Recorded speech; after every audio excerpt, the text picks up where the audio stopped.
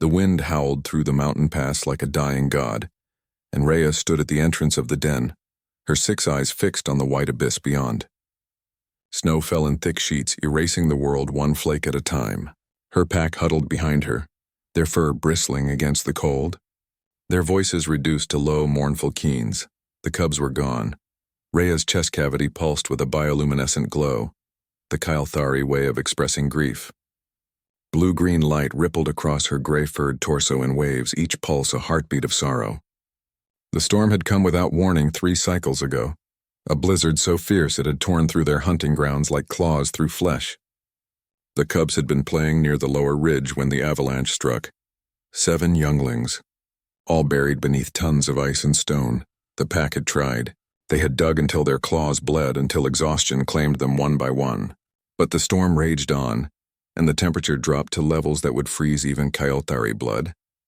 Rhea had made the hardest decision of her life. She had called the retreat. Now they could only mourn. "Pack mother," whispered Torvin, one of her lieutenants.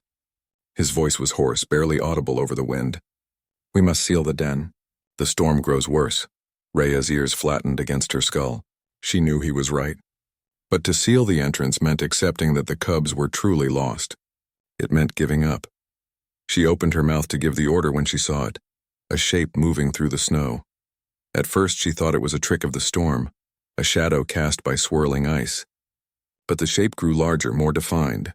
It moved with purpose, pushing against the wind that would have sent any sensible creature running for shelter.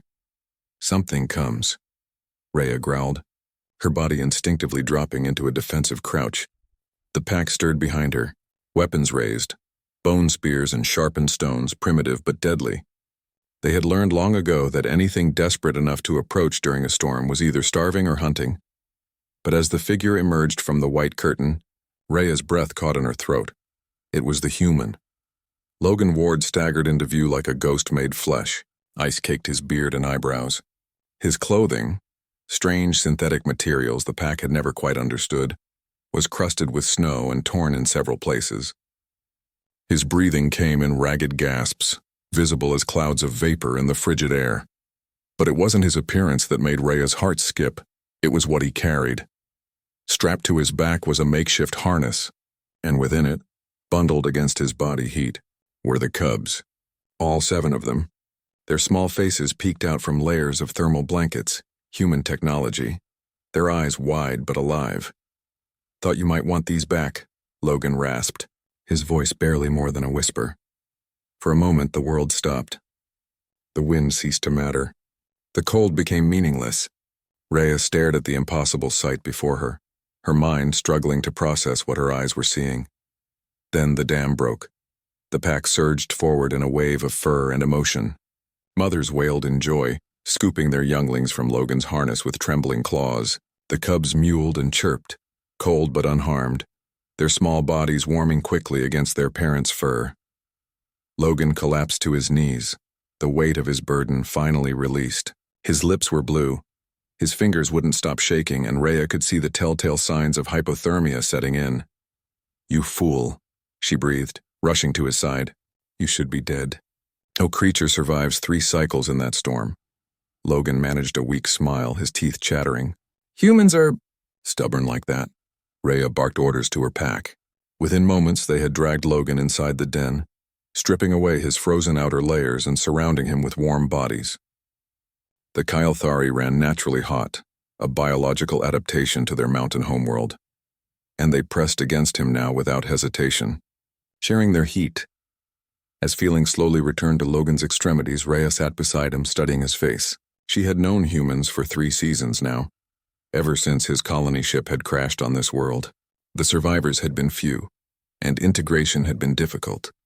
Humans were strange, soft-skinned, weak against the elements, lacking the natural weapons her people possessed. But they had something else. Something the Kael'thari were still learning to understand. "How?" Rhea finally asked. "How did you find them? How did you survive?" Logan's breathing had steadied somewhat, though his voice remained weak. "Thermal imaging. Human technology. I mapped the avalanche zone, found heat signatures buried deep. Then I just dug."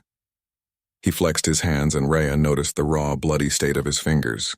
Took all 3 cycles. Had to work in shifts, warm up, go back out. The suit helped, but not enough. You could have died, Rhea said softly. Yeah. Logan's eyes met hers.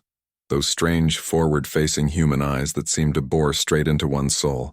But they're kids, you're kids. What else was I supposed to do? It was such a simple statement, delivered without pride or expectation of reward, yet it contained within it something profound, something that made Rhea's chest glow with an emotion she had no name for. The pack had judged humans harshly when they first arrived. Too weak, too fragile, too dependent on their machines. But Rhea understood now what they had missed. Humans didn't survive because they were strong.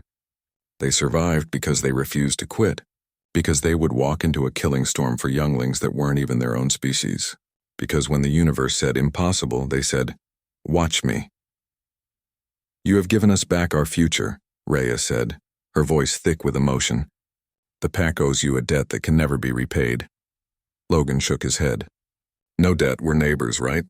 That's what neighbors do." As the storm finally began to subside outside, the den filled with the sounds of reunited families.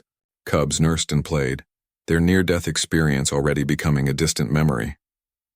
The pack's grief had transformed into joy, their mourning songs replaced by purrs of contentment, and in the center of it all sat Logan Ward, surrounded by aliens who would remember this day for generations, the day a human proved that courage wasn't measured in claws or strength, but in the willingness to face the impossible for those who cannot.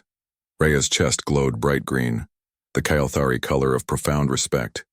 Humanity, she thought. Fuck yeah,